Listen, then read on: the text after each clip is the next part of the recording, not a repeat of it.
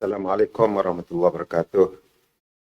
Datuk Yang di-Pertua, terima kasih kepada Masik di atas persoalan tentang platform yang digunakan serta kelebihan atau keistimewaan yang ditawarkan oleh kerajaan negeri bagi membolehkan pembangunan industri minyak dan gas sama ada upstream atau downstream dengan izin akan menjadikan kawasan penyelesaian minyak dan gas Kertih sebagai lokasi pemilihan utama.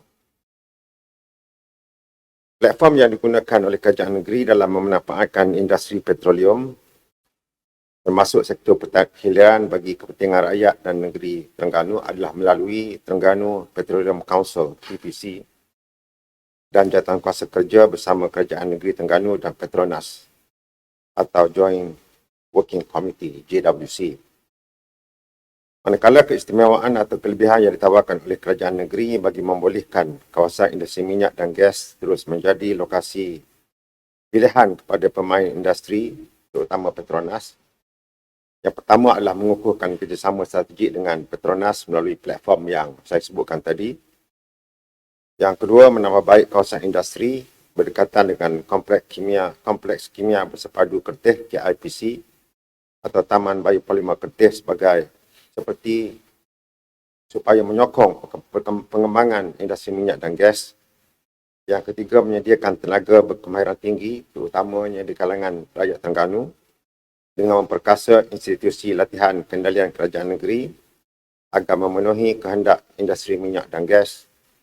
Dan yang keempat, menambah baik proses penilaian pelaburan khusus bagi industri ini agar lebih mesra dengan kehendak pelaburan industri ini bagi pengembangan segmen huluan dan hiliran. Terima kasih.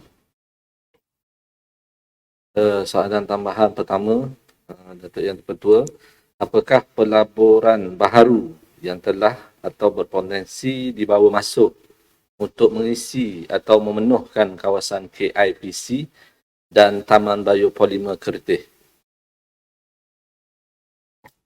Terima kasih kepada Masik di atas soalan tambahan. Fokus kepada KIPC dan Taman Biopolimer Kertih ini antara pelaburan baru yang telah dan berpotensi untuk dibawa masuk adalah merangkumi pertama yang industri yang berkaitan dengan industri besi dan logam bukan ferrous atau non-ferrous metal dengan izin seperti copper, zinc dan sebagainya. Yang kedua, teknologi hijau dan tenaga boleh diperbaharui atau renewable energy dengan izin. Yang ketiga adalah industri petrokimia. Yang keempat, kajian dan penyelidikan atau R&D dengan izin. Yang kelima, tenaga elektrik dan elektronik. Dan yang terakhir adalah pembuatan mesin dan alatan. Terima kasih. Datuk Yang di-Pertua, soalan tambahan kedua. Sebagaimana semua maklum, kerajaan negeri telah menandatangani perjanjian untuk pembangunan KTIP.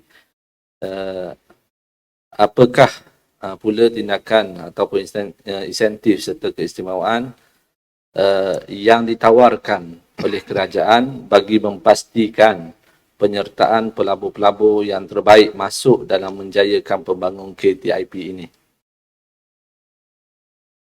Terima kasih, Kemasih. Memang antara cabaran yang besar ketika berdepan dengan COVID ini adalah untuk mendapatkan para pelabur yang komited untuk melabur di negeri Terengganu atau dalam negara kita. Walaupun begitu, terdapat pelbagai insentif yang ditawarkan kepada pelabur-pelabur berdasarkan kepada pakej sedia ada yang disediakan oleh antaranya oleh Majlis Pembangunan Wilayah Ekonomi Timur atau ECRDC dan Malaysian Investment Development Authority atau MIDA mengikut jenis aktiviti yang dijalankan.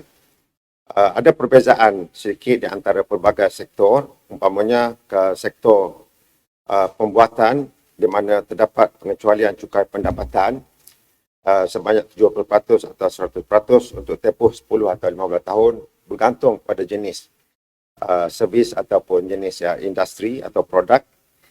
Allowance cukai pelaburan sehingga 100% daripada nilai perbelanjaan modal untuk tempoh 5 tahun.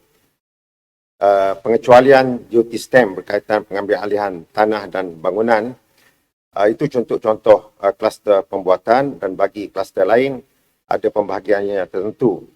Tetapi dalam masa yang sama, antara cabaran terbesar yang selalu kita hadapi di kalangan pelabur ialah proses untuk mendapatkan kelulusan daripada awal dan sehingga kilang itu didirikan. Oleh kerana itu, pihak kerajaan negeri akan mewujudkan jawatankuasa fast track atau green lane dengan izin yang akan bertindak sebagai pemantau dan membantu dari segi mendapatkan kelulusan yang cepat daripada pihak PBT bagi sesuatu permohonan agar pelaburan oleh pihak pelabur dapat dijalankan dengan kadar yang segera. Terima kasih.